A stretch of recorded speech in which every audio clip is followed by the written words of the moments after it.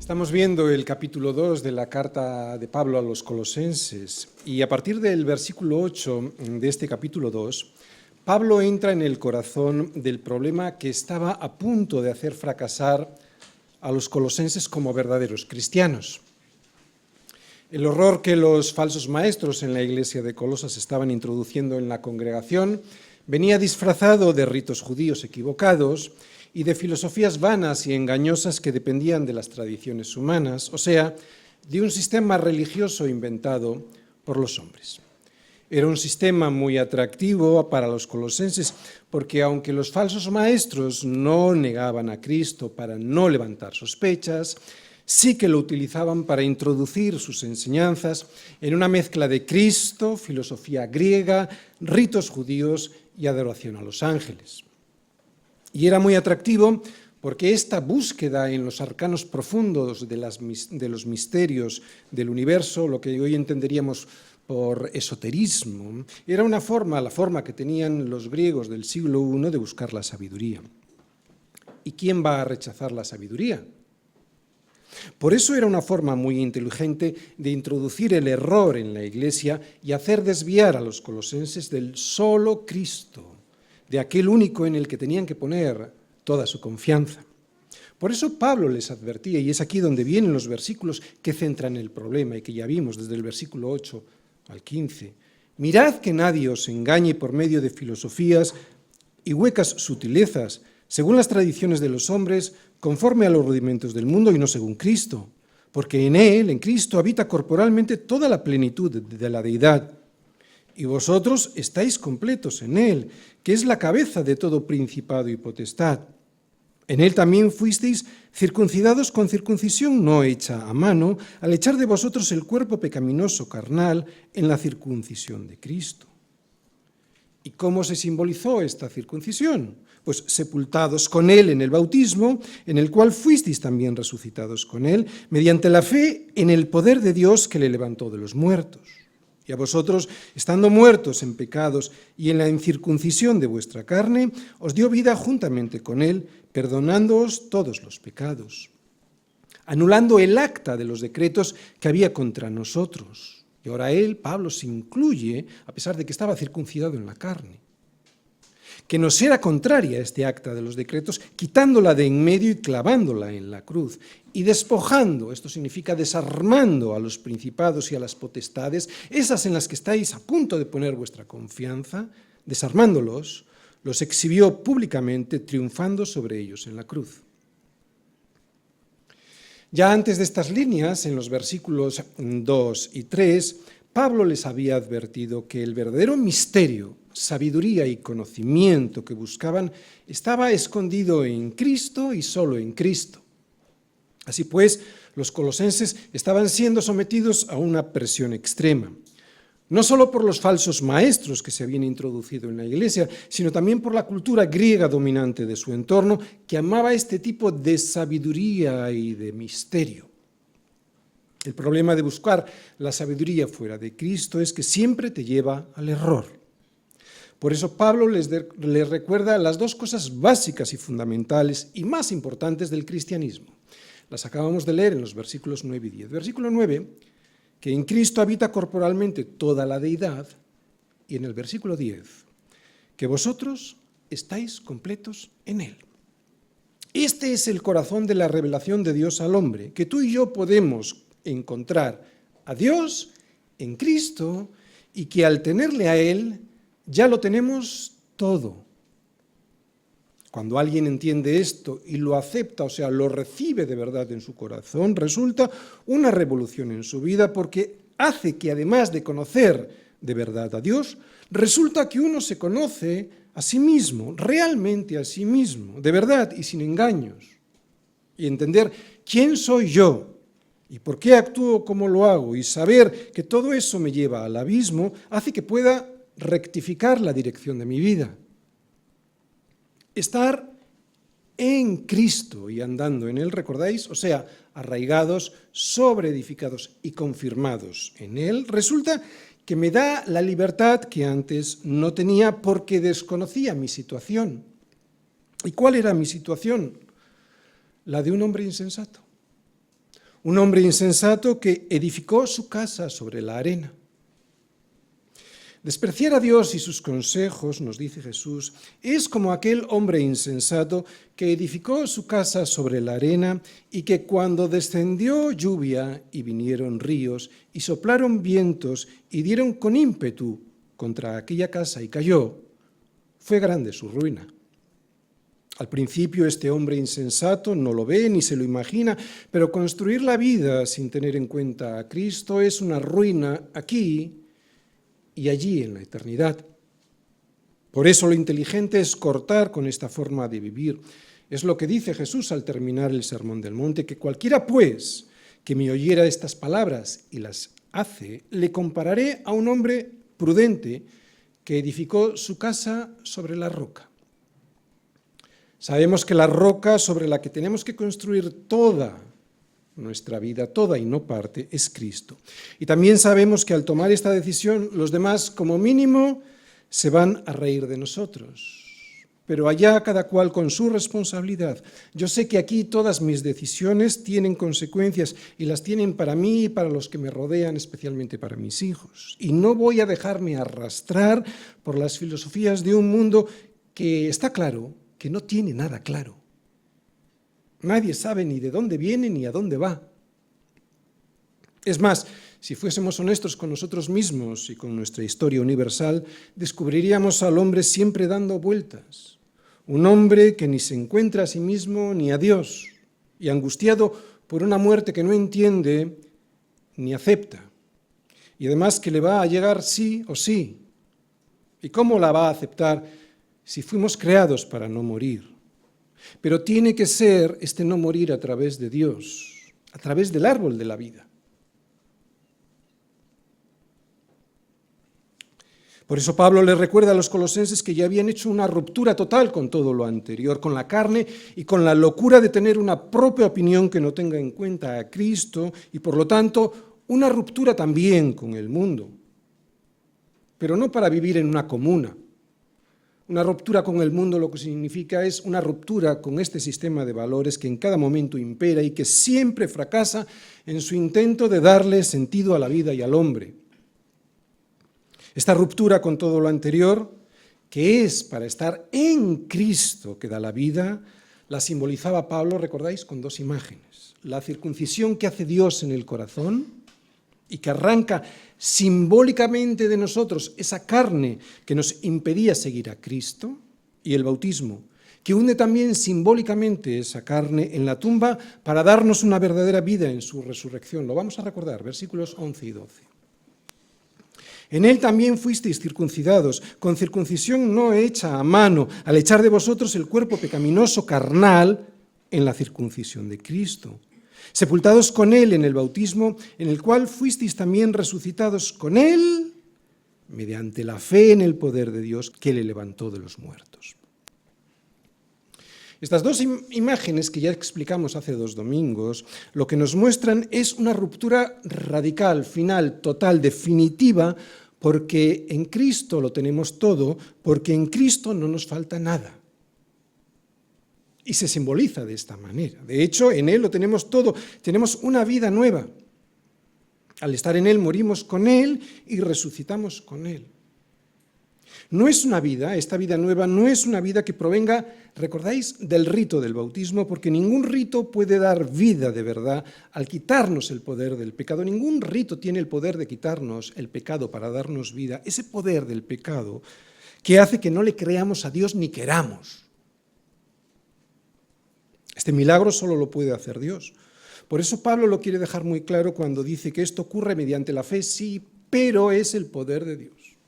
Mediante la fe en el poder de Dios. Quien ejerce ese milagro es Dios con su poder y nos lo transmite a través de la fe. No es el bautismo el que produce esta regeneración del corazón, el cambio del corazón es simbolizado por el bautismo. El bautismo en sí mismo no produce ningún carácter, solo refleja al mundo que ese carácter ya ha sido regenerado por Dios. El bautismo, pues, no es en sí mismo un medio de gracia, sino la manifestación exterior de que la gracia de Dios, o sea, la salvación, ya ha ocurrido en nuestra vida.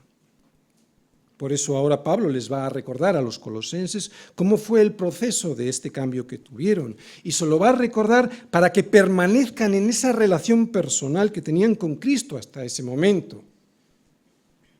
Y para que no caigan en el engaño de una religión ritual que, aunque cristiana, y entre comillas, lo que produce es muerte y no vida. Ya habían sido vivificados por su relación personal con Cristo, iban a entrar en un rito. Y se lo va a recordar en tan solo 3 líneas, versículos del 13 al 15, que es sobre lo que hoy vamos a predicar. Y a vosotros, estando muertos en pecados y en la incircuncisión de vuestra carne, os dio vida juntamente con él, perdonándoos todos los pecados, anulando el acta de los decretos que había contra nosotros, que nos era contraria, y quitándola de en medio y clavándola en la cruz, y despojando a los principados y a las potestades, los exhibió públicamente, triunfando sobre ellos en la cruz. Los colosenses habían cortado sus lazos con el pasado. Era un pasado que tenía poder sobre ellos. Sí, porque aunque la gente que no tiene a Cristo piensa que es libre, resulta que están atados. Están atados a las filosofías de un mundo con sus huecas sutilezas. Son filosofías que surgen de las mentes de los hombres y que se transforman con el tiempo en tradiciones. Y esas tradiciones, que conforme a los rudimentos del mundo que en cada momento y lugar estén de moda, resulta que nos llevan a cualquier sitio, pero jamás nos llevan a Cristo, que es el único que puede dar la vida. Están cautivos y no lo saben, y entiendo que no lo sepan. Por eso nuestra labor como iglesia es proclamarlo, para que salgan de ese error. Cuando uno es joven no se da cuenta porque no se piensa en la muerte y todo parece que sale bien. Y cuando uno es viejo ya tiene la conciencia tan cauterizada después de haber rechazado a Cristo permanentemente que tampoco quiere aceptar que se ha equivocado durante toda su vida. De ahí la importancia del dolor y las pruebas, sobre todo cuando somos jóvenes. Aunque el mundo las ve como la demostración de que Dios no existe o de que si existe es malo o no se preocupa de nosotros, resulta que las pruebas y el dolor son la llamada de atención más potente que Él utiliza para que miremos al cielo y le preguntemos ¿dónde está? Y cuando alguien pregunta, llora o incluso grita a Dios ¿dónde estás?, Él siempre te dirá que mires a Cristo, que permanezcas en Él, porque estando en Él conoceréis la verdad y la verdad os hará libres. Pero hay que escucharle, no solo preguntarle. Esta libertad que da Cristo es la verdadera vida aquí a pesar de los problemas y allí en la eternidad. Por eso Pablo le dice a los colosenses que solo es Jesucristo quien tiene toda la autoridad y que solo Él venció al pecado y lo hizo despojando a los principados y a las potestades. ¿Cómo? Triunfando sobre ellos en la cruz. ¿Por qué? ¿Por qué lo tuvo que hacer? Porque allí canceló nuestra deuda, la que nos acusaba delante de Dios Padre. Cualquier filosofía, por muy bien que esté trazada, pensada y definida doctrinalmente, siempre estará condenada al fracaso. Siempre estará condenada al fracaso si no es según Cristo. Lo sabemos por la Biblia y se puede comprobar observando la terrible historia de la humanidad. Para poder ser salvados de nosotros mismos y de nuestra propia opinión que siempre nos lleva al desastre, necesitamos estar unidos a Cristo, ya que en ningún otro hay salvación, porque no hay otro nombre bajo el cielo dado a los hombres en que podamos ser salvos, porque ningún rito o religión salva, solo Cristo salva. Pablo nos acaba de mostrar que cuando un creyente está unido a Cristo, ocurre una transformación similar a la muerte seguida por la resurrección. Es una transformación en la mente y en el corazón que nos muestra un antes y un después y que se evidencia en una vida nueva. El antes y el después de no tener nada a tenerlo todo. Colosenses 2, versículos del 13 al 15. Versículo 2, 13, primera parte. Y a vosotros, estando muertos en pecados y en la incircuncisión de vuestra carne, os dio vida juntamente con Él. Este es el resultado de haber confiado en Cristo y solo en Él, que pasamos de estar muertos a tener vida juntamente con Él. Y este sería el esquema de los versículos que vamos a ver hoy. Que cuando ponemos toda nuestra confianza en Cristo, primero lo que tenemos es vida. Versículo 13a. Lo segundo es que somos perdonados. Versículo 13b y 14. Y lo tercero es que somos más que vencedores. Versículo 15. Primera parte. Tenemos vida. Y a vosotros, estando muertos en pecados y en la incircuncisión de vuestra carne, os dio vida juntamente con Él. Vamos a prestar atención porque esta vida la mayoría de la gente no la entiende. Lo que acabamos de leer aquí es la condición espiritual en la que está cualquier ser humano que todavía no ha puesto su confianza de verdad en el poder que Dios tiene de darle la vida juntamente con Cristo. Y esta condición es muerte. Es muerte. Todo el mundo está en esta condición hasta que pone su confianza en el poder de Dios a través de la fe en Cristo Jesús. Estar en Él, en comunión con Él, es lo que nos da vida juntamente con Él. Cualquier cosa que no sea esta comunión, y es lo que les intenta decir Pablo a los colosenses, cualquier cosa que no sea esta comunión con Cristo es estar enfrentado a Dios, aunque a nosotros no nos lo parezca. ¿Por qué? Porque estamos en un rito religioso, por ejemplo. El error en el que estaban a punto de entrar los colosenses era el de dejar esta confianza y comunión con Él para poner su confianza en un sistema religioso y ritual, aunque cristiano, entre comillas, pero que les alejaba absolutamente de Cristo. Y es que solo hay vida de verdad estando en Él. De modo que si alguno está en Cristo, nueva criatura es, las cosas viejas pasaron, he aquí todas son hechas nuevas. ¿Y de dónde procede esta vida nueva? Pues Pablo nos dice que todo esto proviene de Dios, quien nos reconcilió consigo mismo por Cristo. Es terrible estar enfrentado a Dios. Colosenses, también para nosotros. Es terrible estar enfrentado a Dios. No lo sabemos bien, pero es terrible no aceptar la reconciliación que Dios ha dispuesto para nosotros en la cruz del Calvario, pasando de ella como quien oye llover. Es terrible.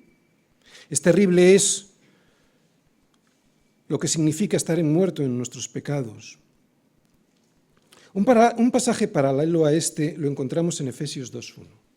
Dice Pablo allí que Él os dio vida a vosotros cuando estabais muertos en vuestros delitos y pecados. Yo sé que la mayoría de la gente se ríe de esto y no cree que estemos muertos ni que esta muerte provenga del pecado del delito de aborrecer a Dios y sus consejos, o sea, del delito de vivir independientes de Dios. ¿Recordáis de dónde viene la vida? De estar en Cristo. ¿Qué es lo contrario de estar en Cristo? Vivir independientes de Dios. Ese es el pecado que produce la muerte. Pero este pecado debe ser gravísimo, cuando Dios mismo tuvo que enviar a su Hijo para morir en una cruz. Si la muerte del hombre que proviene del pecado de despreciar a Dios no fuera una realidad, Dios jamás hubiese permitido que a Cristo le hubiesen colgado de una cruz. El hombre está muerto espiritualmente. Yo sé que esto no se entiende porque no entendemos bien la diferencia de las tres palabras que en griego define la vida, ¿no? Bios, vida biológica, psuye, vida del alma, o sea, de donde surge la palabra psicología, y la vida espiritual, zoe. El hombre está muerto espiritualmente. Claro que tiene vida biológica, pero está muerto espiritualmente mientras esté incircunciso, mientras su pecado no haya sido arrancado del corazón por Dios. Yo sé, vuelvo a repetir, que esto es difícil de creer, el saber, el entender que uno está muerto espiritualmente, a pesar de que tenemos la evidencia día a día de que nos vamos muriendo con un corazón cada vez más endurecido, por lo menos en el mundo lo vemos. Es muy curioso que a pesar de que cada día el mundo se va muriendo con un corazón cada día más endurecido, pensemos que eso de la muerte no va con nosotros. Confundimos vida biológica y como estamos vivos biológicamente no pensamos que estamos muertos. Confundimos vida biológica con vida espiritual y no nos importa y nos debiera importar. Porque es terrible estar muerto espiritualmente. Es terrible estar lejos de Dios. Ese fue el sufrimiento de Cristo sobre la cruz y no el de los clavos y los latigazos. Ese fue el sufrimiento que nos evitó Cristo en la cruz al cargar con nuestros pecados, que se puso en nuestro lugar muriendo para evitar que estuviésemos lejos de Dios, comunión con Dios, que es la que nos da la vida aquí y en la eternidad. Esta era nuestra condición. En aquel tiempo estabais sin Cristo, alejados de la ciudadanía de Israel y ajenos a los pactos de la promesa, sin esperanza y sin Dios en el mundo. Es terrible estar sin Dios, no lo sabemos bien. Por eso vivimos la vida como si fuese un chiste. Pero Dios deja bien claro la gravedad del asunto. Y por si no le creyésemos, nos deja ver en la vida bios las enfermedades y el dolor antes de que llegue por fin la muerte para que tomemos una decisión sobre nuestra vida espiritual. Es terrible estar sin esperanza y sin Dios en el mundo, pero ahora en Cristo Jesús, vosotros que en otro tiempo estabais lejos, habéis sido hechos cercanos por la sangre de Cristo. Estar en Cristo Jesús es no estar ya nunca más lejos de Dios, es estar vivos. Es lo que nos dice este versículo que estamos viendo, que cuando ponemos toda nuestra confianza en la muerte y en la resurrección de Cristo, Dios nos da vida juntamente con Él. ¿Veis la palabra que he subrayado? Vida, no está hablando de biología, está hablando de vida espiritual, la que necesitamos para vivir eternamente. No solo estamos compuestos de vida biológica. Al estar en Él, estamos con vida juntamente con Él. La vida es verdadera vida, o no es verdadera vida, si no es en Él. Poner nuestra confianza en Dios, en el poder de Dios que resucita a los muertos, es lo que nos da la vida, que da la vida de verdad. El hombre siempre intenta alargar la vida y en algún sentido está bien, solo faltaba que no nos preocupáramos por nuestra salud. Pero es ridícula esa pretensión de algunos científicos que se ve a veces en los periódicos de querer conquistar la muerte. ¿No? Hay veces que se ven artículos verdaderamente ridículos en los que vamos a vivir, la gente está mal, ¿no? El ser humano jamás el ser humano conquistará la muerte, porque hay una sentencia de Dios sobre el hombre que no será removida a no ser que volvamos a tener comunión con Él. La vida eterna solo proviene de la aprobación que Dios haga de mi vida. Si Él me acepta, será porque me considera justo. Eso significa que he cumplido perfectamente la ley de Dios, atención, en todos sus puntos y sin haber fallado jamás ninguno de ellos. Y está bien, a ver quién puede. Pero yo me declaro incapaz. Por eso me acojo a la aprobación que Dios Hijo de su Hijo, que Dios Padre hizo de su Hijo, muriendo y resucitando por mí. Yo me acojo a esa aprobación y no espero a que sea aprobado en mí mismo, por mí mismo. Que nadie se engañe, la verdadera vida solo la puede dar Dios a través de su Hijo y la podemos tener porque somos perdonados. Sin el perdón nadie se podrá presentar delante de Dios. Sin el perdón de Dios sería imposible porque la paga del pecado es muerte. Si queremos tener vida, que es de lo que está hablando este versículo, el pecado que nos lleva a la muerte debe ser eliminado. Y para que sea eliminado es necesario que seamos perdonados. Eso o presentar nuestras propias justicias. Versículos del 13 al 14. Segunda parte, somos perdonados. Decían el versículo anterior, os dio vida juntamente con Él, perdonándoos todos los pecados, anulando el acta de los decretos que había contra nosotros, que nos era contraria, quitándola de en medio y clavándola en la cruz. Hay un acta de decretos que nos es contraria. ¿Sabéis cuál es? No es la ley. Hay algunos que piensan que es la ley. No es la ley, puesto que Jesús dijo, no penséis que he venido para abrogar la ley o los profetas. No he venido para abrogar, sino para cumplir. No es la ley en sí. Ese acta son todos los requisitos de esa ley que no hemos cumplido nosotros. Este acta es un documento que nosotros mismos hemos firmado. Eso es lo que significa la palabra acta, traducida del griego hierógrafon. Ahí la tenéis en griego. Esta es la palabra que viene en el original. Acta de decretos es esa, hierógrafon. Y nos indica lo siguiente, que es un documento en el que reconocemos nuestra deuda con Dios. Este es un término que tiene un significado técnico, en el sentido de un documento en el que se reconoce una deuda. Y en el derecho mercantil español lo llamamos pagaré. Si yo emito un pagaré, lo que hago es firmar un título de crédito en el que reconozco una deuda y, atención, me comprometo a pagarla. Por eso se llama pagaré. Pero nadie puede pagar esta deuda con Dios. ¡Wow!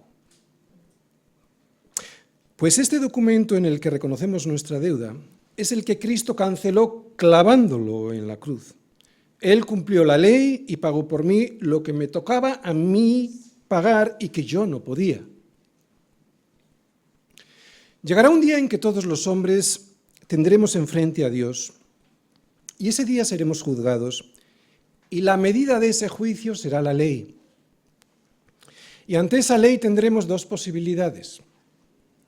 O enfrentarla con nuestra propia rectitud, o sea, con nuestras propias justicias, con nuestros propios actos, cumpliendo el pagaré, o estar en Cristo, y ser juzgados en Él. ¿Entendéis cada día más lo que es estar en Cristo? Mucha gente prefiere enfrentarse a Dios con su propia rectitud, y se puede, claro que se puede, pero nadie podrá ser aceptado delante de un Dios perfecto teniendo pecados en su mochila, y todos los tenemos. Por lo tanto, y a menos que alguien piense que es perfecto, la locura de creerse perfecto como Dios, nadie podrá reclamarse perfectamente justo, que es lo que Dios demanda. Sin embargo, la buena noticia del Evangelio, que podemos ver por toda la Biblia y que vemos en este versículo 14, es que esa lista de cargos que había contra nosotros y que hemos firmado con nuestro comportamiento, ha sido borrada. Cuando una persona confía en Jesucristo como su Salvador, Dios quita esa lista de cargos contra esa persona. Esa lista existe. ¿Sabéis por qué? Por eso sentimos culpa. La culpa es como el dolor en una enfermedad, que es necesario ese dolor para saber que algo anda mal y así ponernos en manos de un médico. Bueno, pues con la culpa igual. Dios ha puesto ese mecanismo de advertencia en nuestro corazón para advertirnos de que algo no funciona. Uno se siente culpable porque sabe que es culpable. La locura de este mundo consiste en decirte hasta la saciedad que no sientas culpa. O sea, que nos la quitamos nosotros a nosotros mismos a base de negarla, cauterizando nuestra conciencia, pero la culpa sigue. Y es el síntoma de que no somos justos.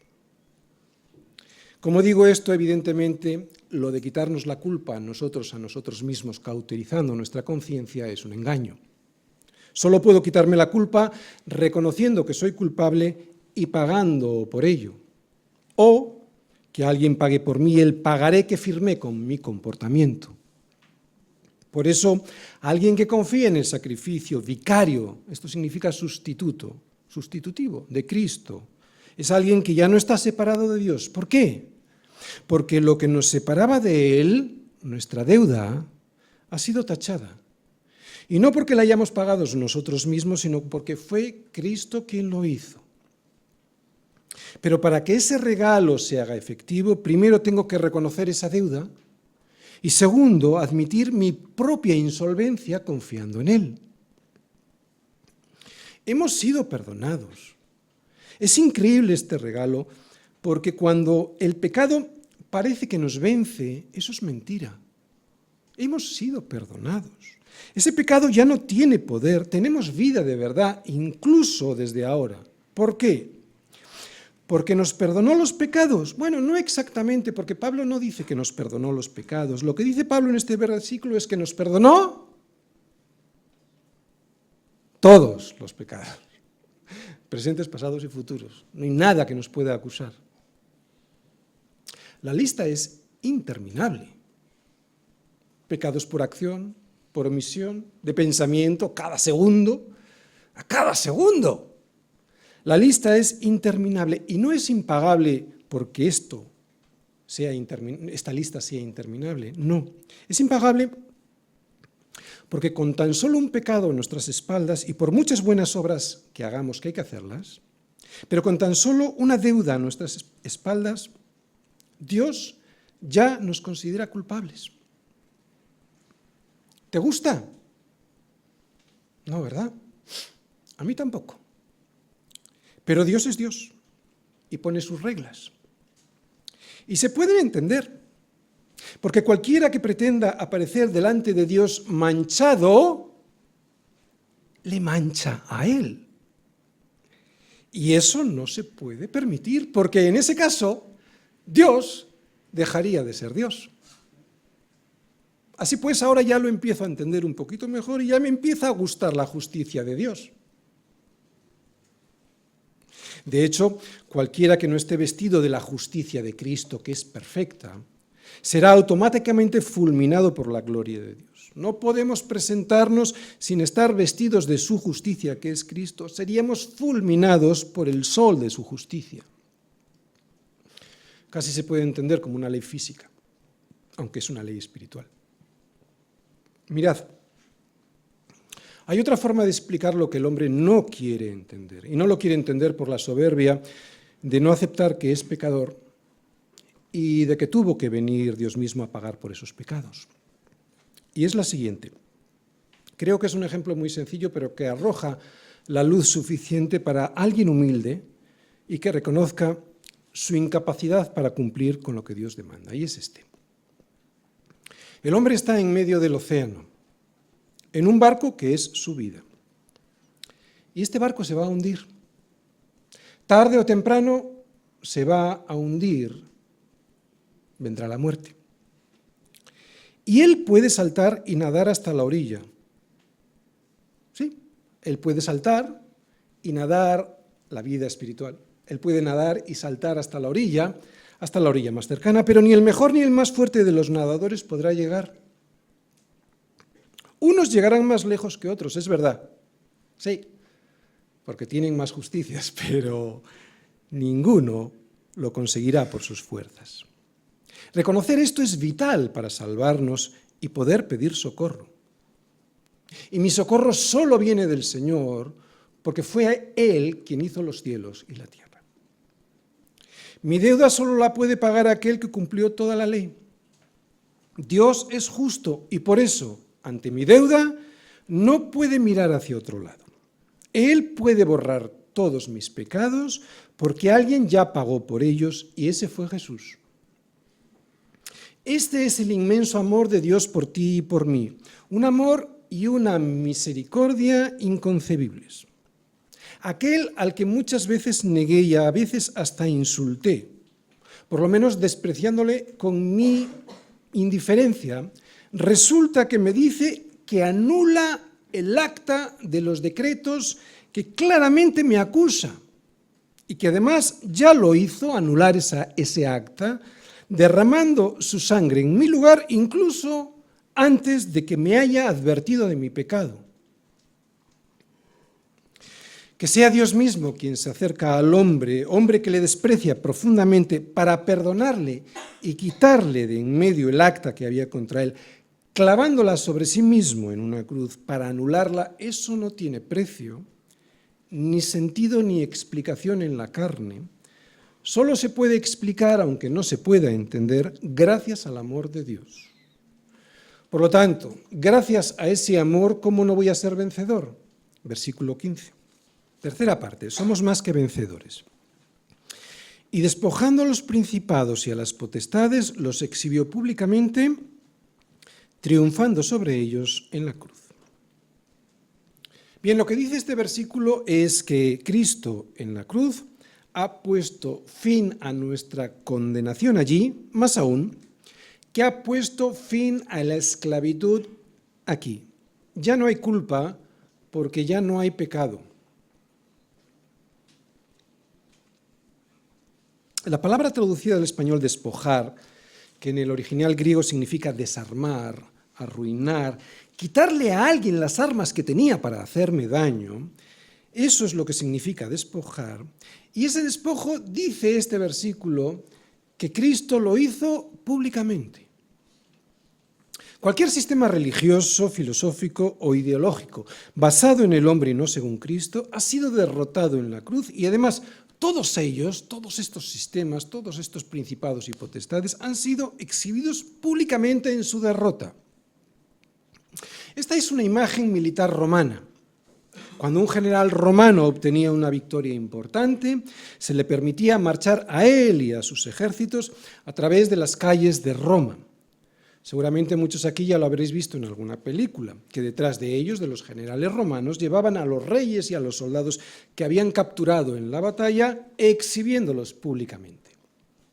Colosenses, la lucha está ganada y el triunfo conseguido. No que no haya que hacer buenas obras, claro que hay que hacerlas, pero nunca como un esfuerzo en la carne para ganar algo que yo no puedo ganar, primero, y segundo, porque además Cristo ya lo ha conquistado por mí. Tengo vida nueva y además con libertad, y ya no hay nadie por detrás acusándome, y si lo hacen es un engaño, porque Cristo ya canceló mi deuda. A ver, ¿entiendes ahora este versículo? No hay nada que añadir a una victoria. No hay nada que añadir a una victoria. ¿Te imaginas a un soldado que intentase seguir peleando en una guerra que ya ha sido ganada por su general? Una guerra que no solo fue ganada, sino que su victoria fue exhibida por las calles.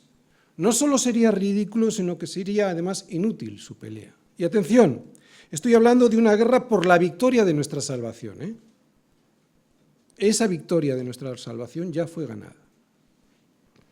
Hace 2 domingos dije que estas son las buenas noticias, que aparte de la cruz no hay buenas noticias.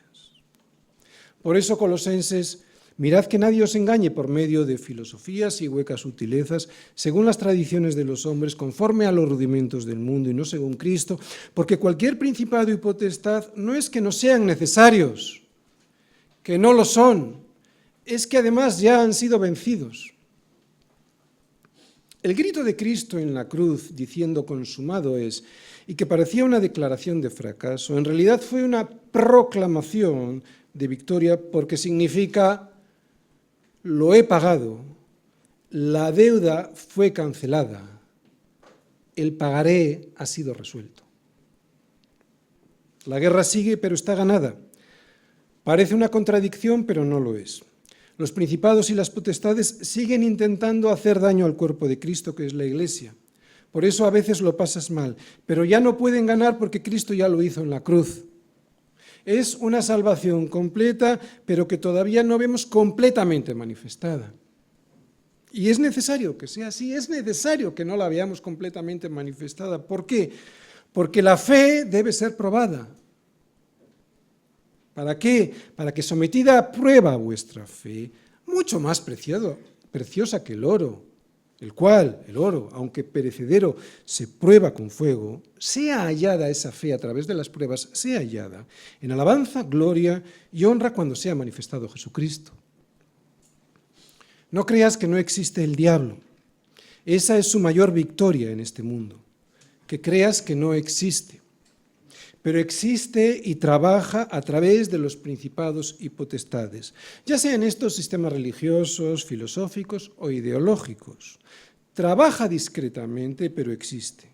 Mira el mundo y el mal que en él hay, Esa es la prueba de que, aunque no lo veas, el diablo existe.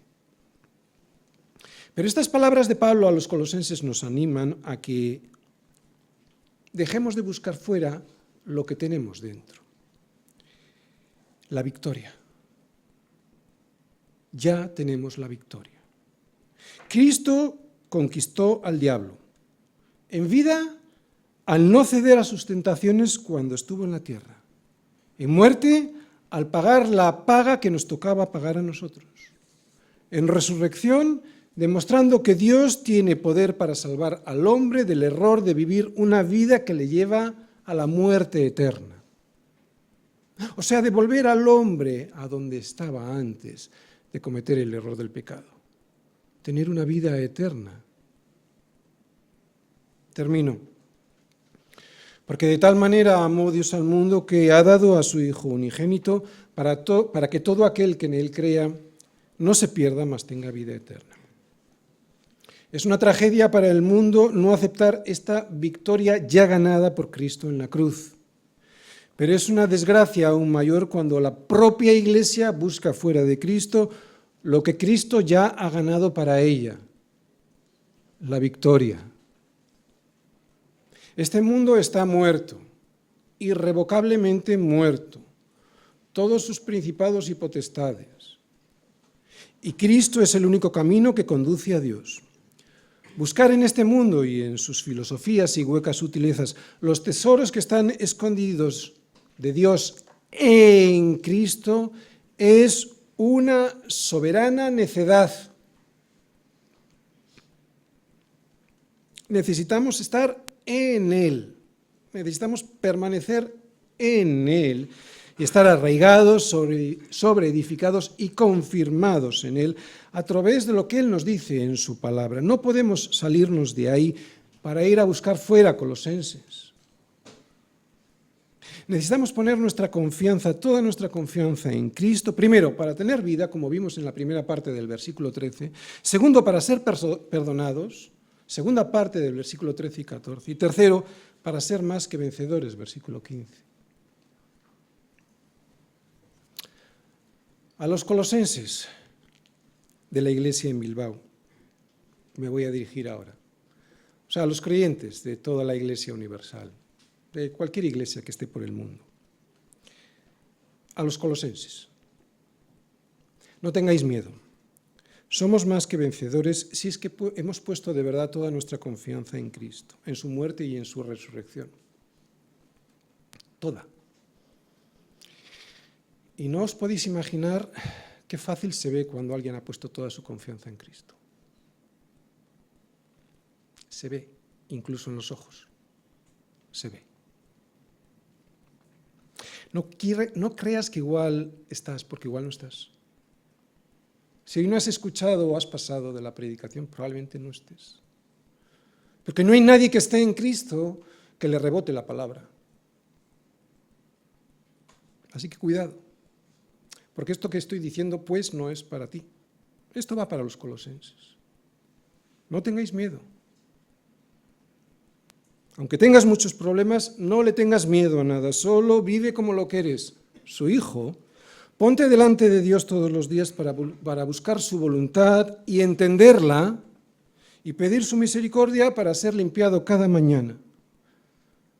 Pídele que transforme tu corazón para poder servirle y hacer el bien. No para ganar nada, sino porque ya lo has ganado todo. No es fácil, lo sé, pero a eso hemos sido llamados, a ser sal y luz, y lo podemos ser por medio de Cristo. Solo estando en Cristo, Colosenses, no en una religión ritual. Sal para preservar de la corrupción y del mal a este mundo, luz para mostrar a los demás dónde está aquel que te vino a buscar y a salvar del naufragio de tu vida. Esto a los colosenses. A los demás que todavía no se han decidido a poner su confianza en Cristo, pero de verdad, y no como un por si acaso, necesitas tener la vida en Cristo. Porque aunque no lo creas, estás muerto en tus delitos y pecados. Y sin esa vida, muerte y resurrección de Jesucristo, seguirás muerto por toda la eternidad, aunque creas que estás vivo. Considéralo. Aunque no lo creas, estás muerto. Dios dice que no podrás estar en su presencia por muchas brazadas que des hasta la orilla. No puedes. No puedes ganarte la vida eterna porque no puedes llegar hasta la orilla por tus propias fuerzas. Has de dejarte ser salvado por el único que ha podido acercarse a ti y que tiene poder para llevarte hasta el Padre, porque solo hay un Dios y un solo mediador entre Dios y los hombres, Jesucristo hombre. Es en Él en donde debemos de estar. Ese que envió el Padre en carne, Jesucristo hombre, para cumplir lo que tú jamás podrías llegar a hacer aunque quieras. La fe bíblica no consiste en lo que tú puedes hacer por Dios para demostrarle que puedes salvarte porque no puedes. La fe bíblica, la verdadera fe, consiste en lo que Dios ya ha hecho por ti. Parece fácil, pero no lo es, y no lo es porque para aceptar semejante regalo hay que ser muy humilde. Muy humilde porque hay que reconocer nuestra incapacidad para presentarnos delante de un Dios 3 veces santo. Pero es la única opción porque es la verdad. Porque es la verdad. Somos incapaces. Y Dios se basa en la verdad y no en la mentira de nuestra autocompasión. ¿Te das cuenta? Lo digo porque hay mucha gente que seguramente piensa que como Dios es tan bueno me voy a autocompadecer y Él va a llorar por esa autocompasión. Él se va a basar en la verdad y no en nuestra autocompasión. Así que no tengas miedo tú tampoco, porque Cristo ya te ha reconciliado con Él. Solo necesitas ser humilde y reconocer tu incapacidad. Ya estás en el suelo. ¿Por qué tienes miedo a caerte? Vamos a orar para poder entender semejante misericordia y regalo.